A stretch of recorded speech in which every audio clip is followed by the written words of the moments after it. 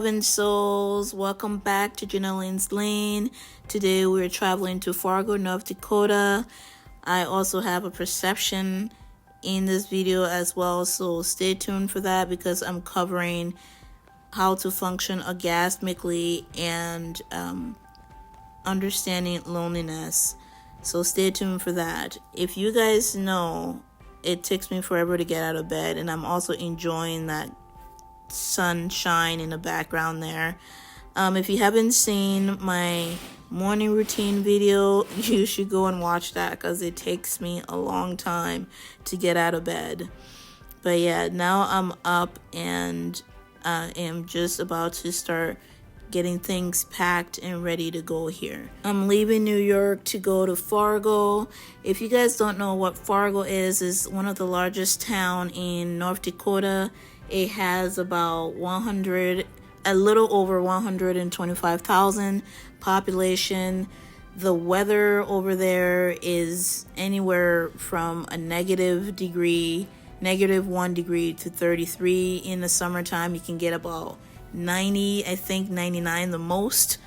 So, yep, that's where we're going today. So stay with me as I get ready to go over there. And I'm taking you guys with so you can see. Right now I'm just packing things and stuff like that. So let's get into the perception.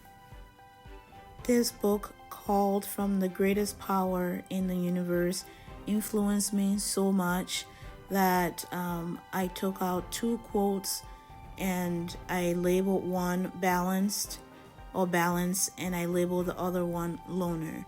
And I thought that I should share these quotes with you guys and give you guys just a tiny line of tip from me and from my own experience. So let's start with loner. I have always been a loner, a do-it-yourselfer. Why had I been a loner? Because I felt I can only be myself when I was by myself. Why did I feel that way? Because when I was with other people, I couldn't express my real feelings. Why couldn't I express my real feelings? Because people wouldn't understand them. This quote that I just read spoke so deeply to me because I have always took pride in being self-sufficient. I just never really, I found it bothersome, and I never really found a need to constantly ask people for assistance. So I've always taken pride in doing things for myself and getting things for myself. Even men, I don't ask men for things. I have tried it once and it felt so awkward for me. So that spoke so deeply to me, and when I heard that, I knew I had to create balance. And if you're anything like me, keep on listening for the next part because the next part is balance. A quick tip before I move on to balance: if you're anything like me, please allow yourself to ask for help, to receive help. Someone once said it is important to be a good receiver. You don't want to be a bad receiver, because a bad receiver, like I will always say, no thank you, I don't need anything, no thank you, I'm fine. And to me, that's a bad receiver. So it just creates connection to receive and to give and to allow someone to help. It just creates connection, and it kind of takes away a little bit of that loneliness. And yes, even though I found solitude and happiness in being lonely, I also knew that it is important to engage with others around me and with things around me.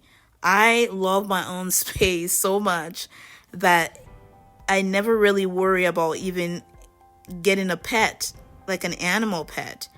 So just let yourself connect with people by receiving and allowing them to help you, and just opening yourself up to connection. And now we're on balance.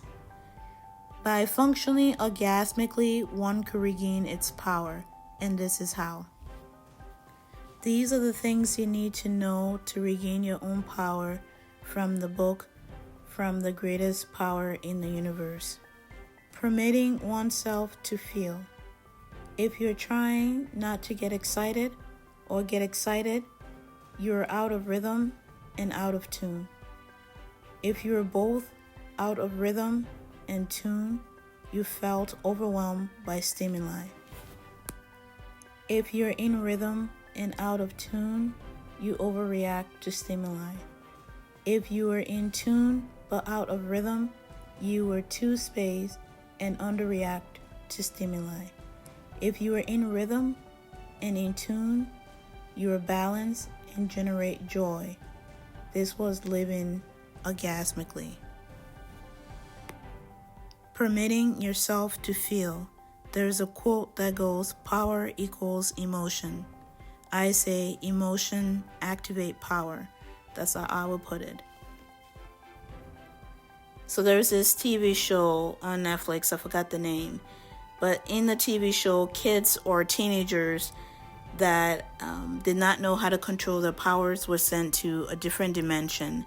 And this dimension was also on Earth. It was just separated by an energetic field. And the main character was, first day of school, she was called in this circle where everybody stands and holds this pot or whatever, and they all activate their own powers and everybody gets to see. So when the main character went to activate her own power, she couldn't activate her power.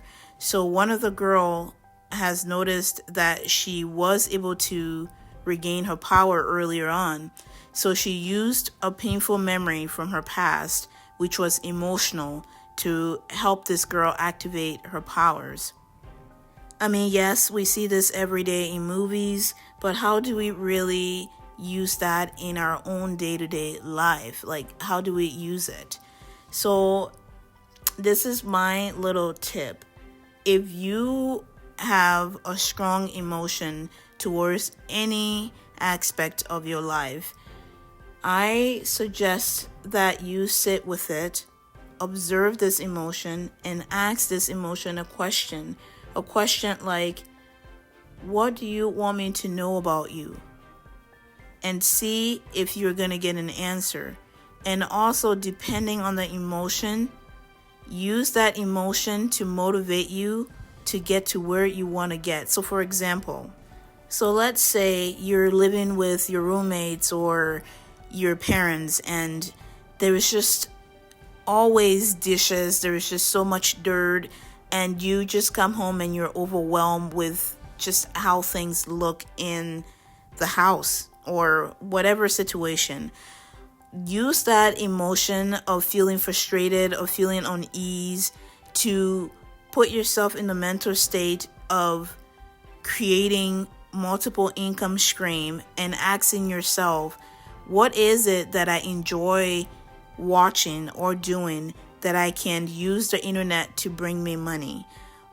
What is it that I can do to get to the place where I can get my own place and have minimum amount of things, like just the right amount of dishes, the right amount of furniture, so that my place isn't crowded, so I don't go through this emotional unease.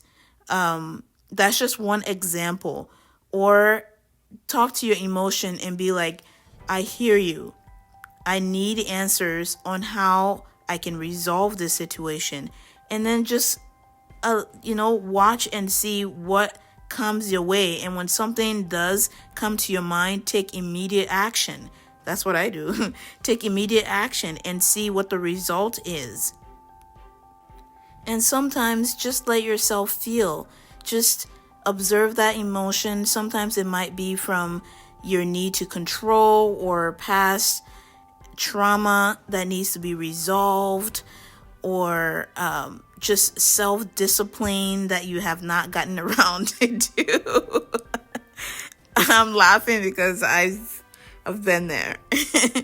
But yeah, just stuff like that. Just sit with that emotion and just figure out the root. Is it an emotion that wants you to be motivated? An emotion, either way, it's going to be motivating you to want to better yourself. So sit with it and allow yourself to feel it to the degree to where you understand it, and it brings you this feeling of being in control and this power.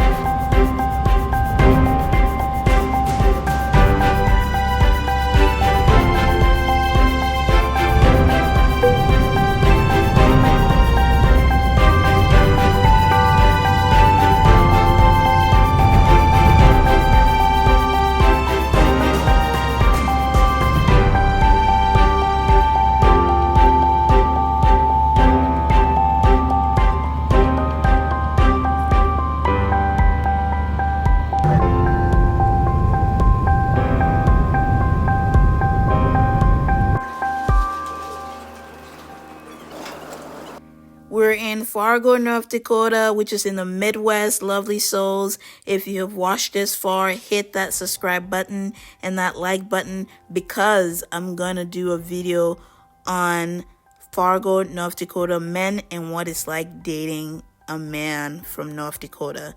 So if you don't want to miss that, and I'm gonna do a vlog of Fargo, like the little boutiques and towns, sorry, not towns, little boutiques in Fargo. So don't forget to hit that subscribe button.